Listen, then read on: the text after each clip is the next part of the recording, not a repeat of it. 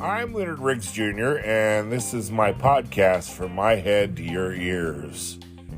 I like to talk about all kinds of things, and usually when I get an idea to do a podcast, I have to do it or I lose my inspiration. So stay tuned, and we're going to talk about today's subject.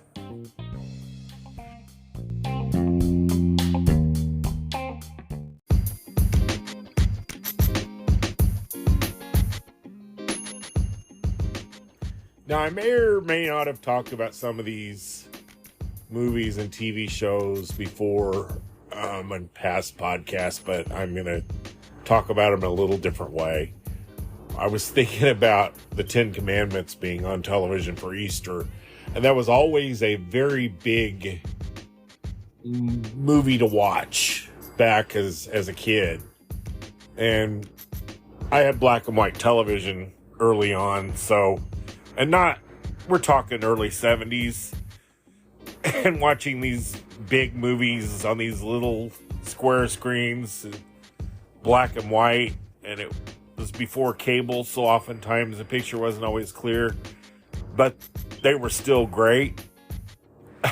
They were still something to watch, and my parents were real religious, so the Ten Commandments was probably the first event movie or event show that we watched.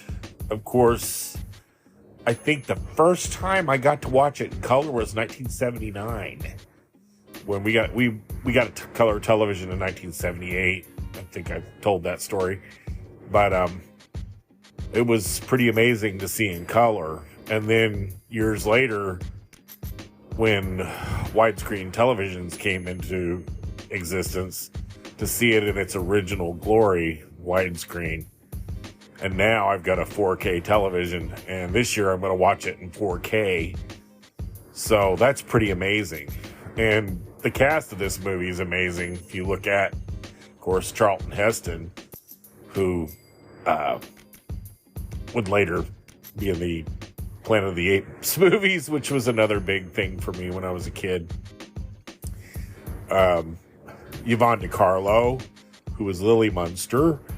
Let's see who else. Dame Judith Anderson's in this movie, and she later played a character in Star Trek 3. It escapes me right now. God, I can't believe I forgot something Trek. I'm slipping because I'm such a Star Trek fan. I used to know these things, but I am getting quite up there in the years, so.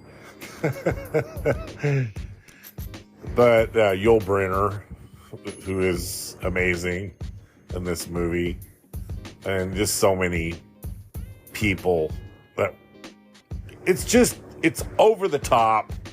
It's beautiful to look at. It's just an amazing movie. And it was so amazing, in fact, like I said, in black and white and a little screen, it still was amazing.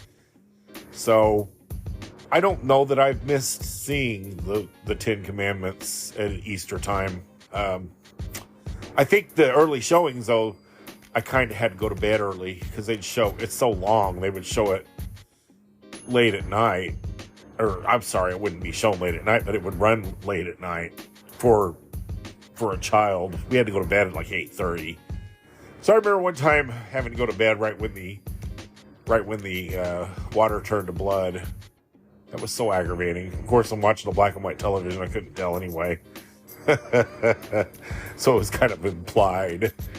But the Ten Commandments was probably the very first movie that we look forward to seeing every year. And the other one, of course, being, and I've discussed The Wizard of Oz before.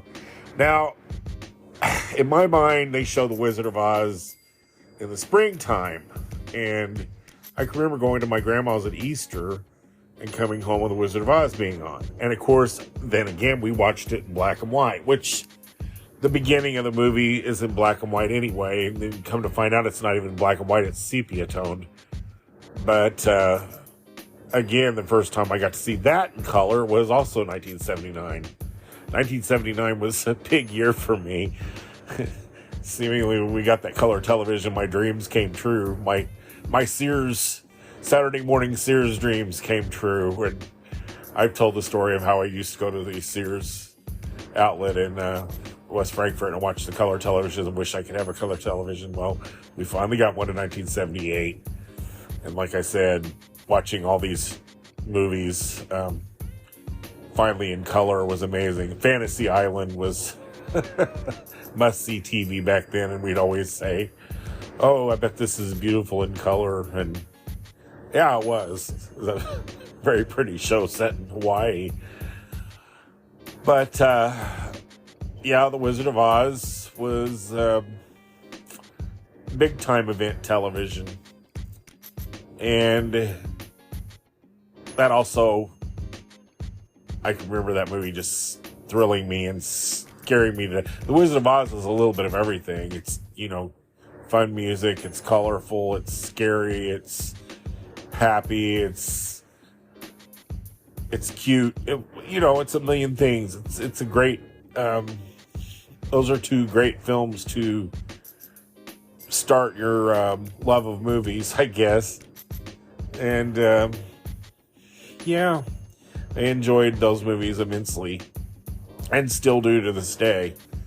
I would rather watch, and I've said this before, I'm sure, I would rather watch something I love 8 million times than watch a crappy movie just once. So I can watch things over and over and take something new from it every time. And then there's some movies that I can run in my head and quote, Grease being one. And Grease wasn't exactly a event show for me, but it was the beginning of my fanship for Olivia Newton-John. But it's also a fun movie in itself, and that's one I can't not watch when it comes on. And I also, like I said, I could probably pretty well run the whole movie through my head at this point. But I'm more talking about event movies and event shows. But those two were must-see TV early on. And then there was the TV movies that came on that were just phenomenal. The 1970s was a phenomenal time for television movies. And there's so many that I remember that were so amazing. Number one on that list is The Night Stalker. Of course, I'm a Night Stalker fan if you know me at all. The television series, but the first Night Stalker movie with Darren McGavin was one of the biggest television movie events ever. And I think it held the record of being the most watched television movie ever for a long time. I remember watching it and flop sweating through that whole movie and loving every minute of being scared. Just a good time. And it's great that I can watch that now. And maybe it is a little cheesy, but it's still really a good movie. Darren McGavin is so amazing in that movie. His portrayal of Kolchak is amazing. He just makes that show. He adds a sense of humor to it. He's just an amazing actor. There's a lot more to him than the father on A Christmas Story. That's for sure. And I'm very thankful that they reissued these movies, have redone them for even Blu-ray and restored them to their original glory. It was that and then The Night Strangler and then the TV series. It's all been restored and is available on Blu-ray and DVD. Go to Amazon. You can order them now. There for a while, it was kind of a hard thing to find. Now it's pretty easy, and I'm very thankful. It's amazing that movie stuck with so many people of my generation. Because, like I said, it was a successful TV movie back in 1972, and then the TV series was a one season, I think just 20 episodes or 23. I can't remember. Not very many episodes. And they still show it on syndicated TV, on MeTV. And it's still has a following, and it's got a pretty big cult following. I love Kolchak the Night Stalker. I think it's one of the coolest things ever. It inspired the X-Files. The maker of the X-Files lists that as his biggest influence. And there's a Darren McGavin, sadly enough, grew kind of tired of the Monster of the Week theme. And I believe, from what I've heard, he wanted to do more, not necessarily supernatural episodes, but maybe episodes that dealt with crime. I don't like that idea. I like the supernatural aspect of this show. But I think it's funny how Buffy the Vampire Slayer later used the same concept, digging up. I think they researched folklore to find different demons and monsters, as did, I think, the makers of Kolchak did. Now, they did a remake of the Kolchak TV series, a few years ago. It's been a long time now. That just didn't gel with anybody, including the fans of the original. Didn't have a sense of humor. It was okay, but it wasn't the Night Stalker. And without Darren McGavin, I'm afraid that it will never work again. There was talk of doing a Night Stalker movie with Johnny Depp, but after he kind of ruined Dark Shadows, I wouldn't want him to touch the Night Stalker. Although I think Mr. Depp is an amazing actor if he would play it straight. What I'm worried is they're going to do like the Dark Shadows movie and make it a parody, and that didn't work with that. It definitely won't work with Kolchak. So Kolchak has a kind of a Mickey Spillane kind of feel to it with monsters. And although the special effects aren't great, the storytelling is amazing. His narration during the show is amazing. I can talk all day. I could do a whole podcast on Kolchak.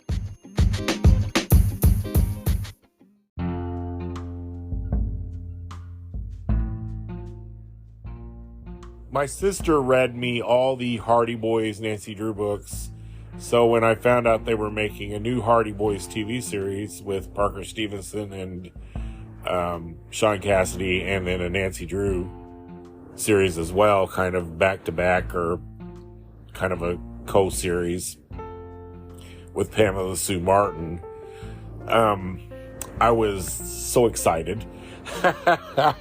And I had loved the Hardy Boys and was excited when we got cable and I found out that during the Mickey Mouse Club they had a Hardy Boys serial with Tommy Kirk as one of the Hardy Boys, and loved it. I mean, it was just right up my alley. So like I said, when they made the TV series, I was watching it. I was there. That was big time. That was a big time Leonard moment for me. And I love both the series, and then when they brought the characters together, oh man, that was so exciting for me. They replaced Pamela Sue Martin with I can't think of the actress's name. I need to take notes. I remember she was blonde-headed. She wasn't as good as Pamela Sue Martin. The Nancy Drew stories kind of, they weren't as good without Pamela Sue, but she went on to go on Dynasty, I believe, just a few years later. They kind of more, I think the ratings showed that too. I don't think I was the only one that felt that way.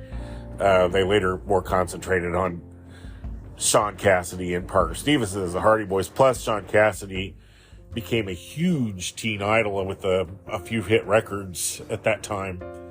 And so the focus became more on the Hardy Boys, and I kind of lost interest in it then because they weren't as good as stories. They kind of played around with the concept of them being teenagers, making them full-blown detectives, I believe. But, I just kind of lost interest in it. But still, the early episodes were so much fun. A lot of great guest stars in that show, too. Jamie Lee Curtis is in one of the episodes, actually, before Halloween, actually, or just around the time of Halloween. a lot of movie stars. I wish I had notes available. I could go more into it than that. But I loved the Hardy Boys and Nancy Drew. The 70s were a great time for superhero shows. And, of course, there was a live-action Spider-Man, which I really enjoyed. It does not stand out in my mind. I've not seen it in years. Honestly, I'm drawing a blank on it. But The Incredible Hulk was probably one of my favorite shows, with Bill Bixby and Lou Ferrigno as the Hulk. You cannot beat that show. I own the series on DVD, and I could watch it again. It was kind of dark, really, and the Lonely Man theme is still a very moving piece of music. It conveys the sense of loneliness that David Banner felt roaming the countryside from town to town. That was really a good show. And Wonder Woman. Can't beat Wonder Woman. Linda Carter as Wonder Woman. I mean, you really can't beat Linda Carter as Wonder Woman. She just looks the part. Still beautiful after all these years.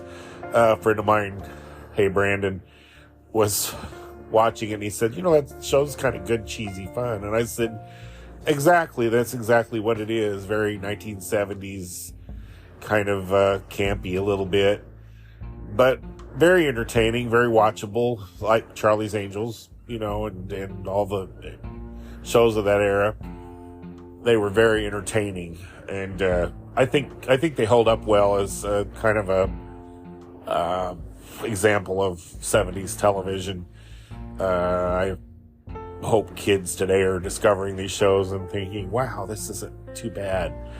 I think I like the more of the modern day, which aren't so modern anymore, 40 years ago. Hard to believe, but over 40 years ago. But the more modern day episodes were more fun to me. But the first season of Wonder Woman was during the World War II with the Nazis, and then this and that. And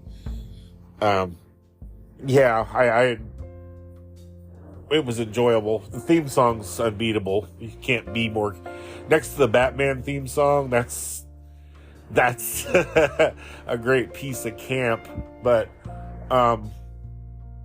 love that show. There was a show called Cliffhangers in the 1970s, and I may have brought this up before, but it had great promise, and I wished it would have lasted, because it had 3 ongoing stories. One was about Dracula, and it was a really good show, and the other was about an underground city, and then I can't remember that one real well. Another one starred Susan Anton. That wasn't so great, but the Dracula story in that was the most amazing serial, and they alternated stories every week, so you had to wait a while for the story to conclude. But it was a great concept, and it was kind of based on the cliffhangers of the old movie serials. And I wish they would have I wish instead of having 3 going at once, I wish they would have done 1 weekly and then move on to another serial. But, who am I? It was a great concept. I'm sorry it didn't pan out, but it was, like I said, it was a lot of fun. $6 Million Man, you couldn't, you couldn't beat the $6 Million Man. That had a lot of event. That was full of event episodes, because that was such a big show in the 1970s. And for instance, when Farrah Fawcett would guest star with her husband Lee Majors, she was married to Lee Majors during the 1970s. I believe she guest starred on the $6 Million Man before Charlie's Angels, and I think during Charlie's Angels or after Charlie's Angels. She only was in 1 season of Charlie's Angels, oddly enough. But she's so identified with that show, even just being in 1 season. But the $6 Million Man, there were so many great episodes. The Bigfoot episodes, the Fembots. Again, I could do a whole podcast on the $6 Million Man by itself. had great toys that I never got. I never got the I never got the toys from $6 Million Man. I was kind of onto Star Trek when I got cable in '76 and discovered Star Trek, and I was immediately a Trekker, whatever you want to call him. Trekkers are more preferable by Star Trek fans, believe it or not. There's a whole story behind that. I can do another podcast on that too, but I'm not. I'm trying not to go all over the place. I can talk all day about these shows, but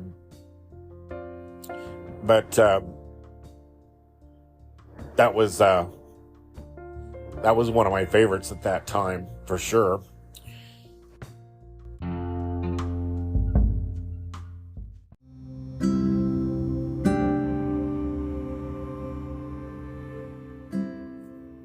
Of course, I have to mention in 1979 when they adapted the Stephen King Salem's Lot novel into a 2-part movie event on ABC in November of 1979. It was amazing. I had not read any Stephen King at that point. I was aware of Carrie, which was one of my favorite movies of all time, actually. So to have Stephen King's name attached to something already at that point you knew it was going to be a good time, a scary good time. And I'd never seen vampires portrayed in the way they portrayed them in Salem's Lot.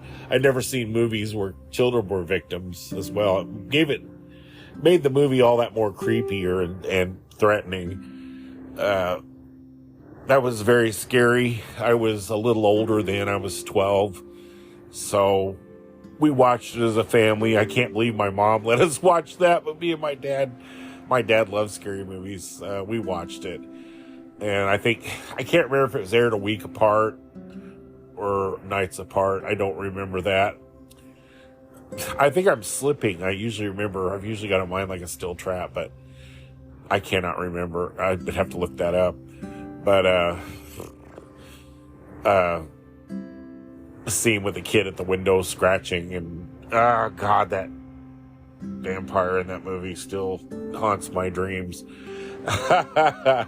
I love a good scare, and that's a good scare. In fact, every year I have a Leonard Riggs Jr. Halloween Film Festival from October 1st till October 31st. I've been doing this for like 12 years, where I show a scary movie a night the whole month of October, and I always have one night of Salem's Lot, and also pretty much every Stephen King movie pretty much makes it, from It to, which is another TV movie event for me, by the way. Storm of the Century, all his great TV miniseries movies, The Stand. So, yeah, that kind of closed out the 1970s really well. The 1970s, though, was kind of a renaissance area for those kind of movies and TV movies and superhero shows. You can't beat them. I love that decade. I'm glad I got to grow up in the 1970s. It was before CGI. Maybe, they're cheesy, but they're a lot of fun. They were very lighthearted for the most part. The Hulk really wasn't. That was kind of a dark show.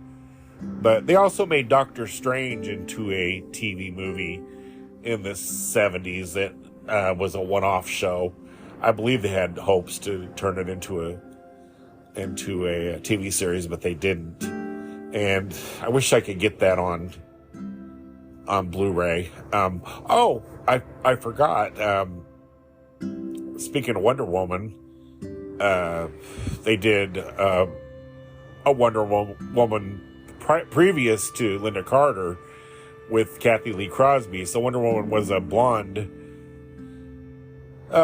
super agent. She wasn't like superpowers or anything. She just was a super agent with blonde hair and kind of this get up with red, white, and blue. It was, it wasn't as good as Linda Carter's more faithful version of Wonder Woman.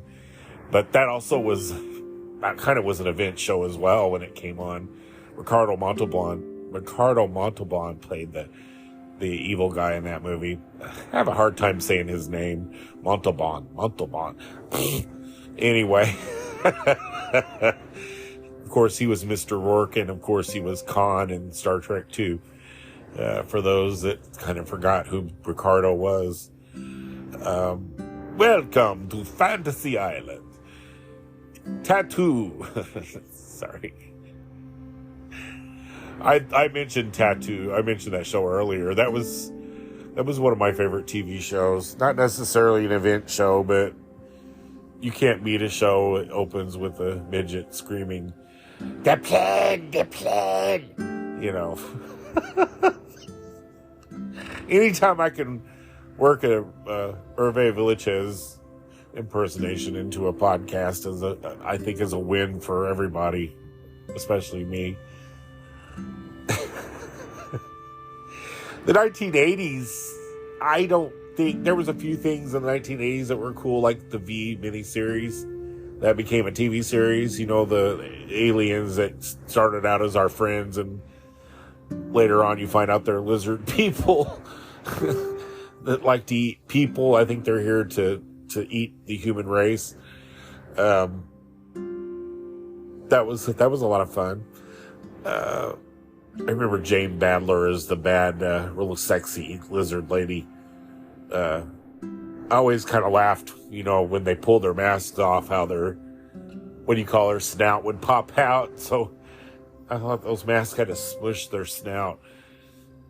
But it was fun. Mark Singer was the main guy there. Good old Mark Singer, the Beastmaster himself. Then there was a movie, if anybody remembers, The Day After, that kind of played on our fears of a nuclear war hitting the United States. That movie, I have that on DVD somewhere. I think my cats have knocked my DVD collection over and it's fallen somewhere. But I haven't watched that in years. I think I bought it many years ago on DVD, probably close to 20 years ago. I don't think I've watched it since, but it was quite effective in scaring the pants out of everybody with nuclear war. It had really top-notch special effects and conveyed its message pretty well. I'm not so sure they don't need to run it again to remind people of what could happen. Anyway, I'm not going to get political, but that was a huge event. Of course, you had all those miniseries in the 70s, too, that were what everybody watched. Rich Man, Poor Man, and the Roots miniseries, both the Roots and the Roots Next Generation movies. You talk about all-star cast. That had pretty much everybody that was somebody in television appeared in those movies. Those, especially Roots. I mean, Mr. Brady was a slave master. Robert Reed, Ed Asner, all sorts of every popular TV actor was in those movies. So many, what we've got now is, I mean, everything is just so at your fingertips and you can watch when you want. You don't have to wait on it. So the excitement of event television is not there anymore. Of course, everybody gets excited about like Yellowstone, which I've never watched, or different shows kind of everybody talks about. But still, that having to watch something at a certain time and everybody watching at the same time and sharing the moment together, it was kind of special. And those things just don't happen anymore. It's kind of sad, really, but I think that's what makes some things in my mind greater than others. I'm going to take a break because my throat is on fire. So I will be right back with a few more memories, and I'm probably going to wrap things up.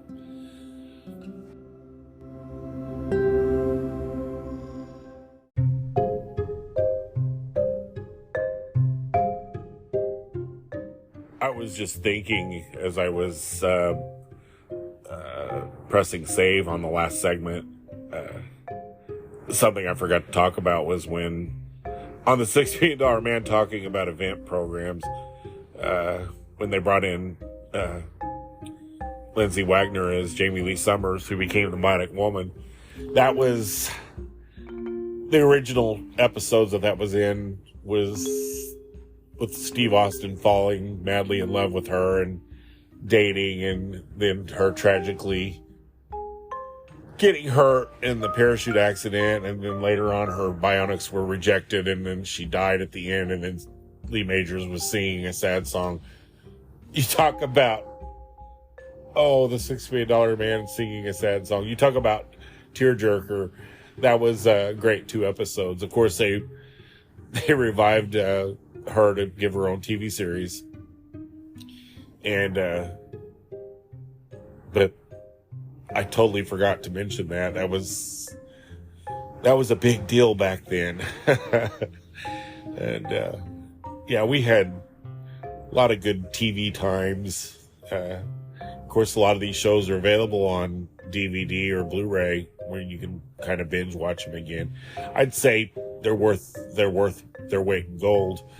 A lot of times you can find them on sale on Amazon. I love watching TV shows back to back, binge watching them. You can find a lot of them on Hulu, and I haven't checked out Netflix in a while. But you can find a lot of those shows everywhere online or wherever. I'd say check them out. When you're bored, they kind of, for, us older folks, it brings back warm memories. And you may find them cheesier than you remember, but if you just kind of sit back and let yourself enjoy them again, it's kind of like visiting old friends. I would hope today's generation can look at those fondly as well. And I was talking about my love of old movies and how a lot of people don't like black and white movies. And it's like, what is wrong with you? Black and white movies, there are a lot of amazing movies that are black and white. Some movies are made in black and white because they wanted to make them in black and white, like To Kill a Mockingbird or movies like that. So don't discount black and white films. And remember, and kind of, when you watch black and white movies, and I'm totally getting off topic here, kind of really notice the care that was taken in the lighting and the close-ups and the cinematography of these movies, because there was an art to those movies that you probably don't even realize. Movies are way more amazing than you realize, the making of movies. If you love movies like I do, you notice these things. And I thank my friend Craig Edwards, who taught me how to really watch movies. My dad loved movies, but he didn't get into all that extra stuff. Craig kind of pointed out amazing things about movies. You don't go to a movie with Craig Edwards and not watch the end credits. So even when I go to the movies this day, we watch the end credits. I don't leave the theater until the end credits are over, because sometimes you might miss something. I know some movies stick some extra stuff at the very end of the movie, but that's not very often. But still, I like to read the credits and listen to the music and enjoy the whole experience. In the same way with television, these old shows, a lot of times they had guest stars on these old shows that became big stars later. So yeah, it's good to watch shows, but kind of pay attention. You might learn something new and find stuff interesting in it. But I'm gonna end this podcast because I am tired and I gotta feed my mom, and I just fed my cats. They're actually out here howling, wondering why I'm in my room locked up. I have to find these little moments to do my podcasts. One day I'll have an area to do it, and have my little studio set up that I dream of having. Right now it's just me and my phone and laying in bed where I'm comfortable. Well. So anyway, I'd like to thank everybody for listening to my podcast. I really enjoy doing this, and sorry if I ramble on, and I hope I don't bore you too much. And I really, really want to get a theme song for my podcast. I needed something I can open my show with. I probably will come up with it myself, but anyway, that's a goal of mine. Oh shoot.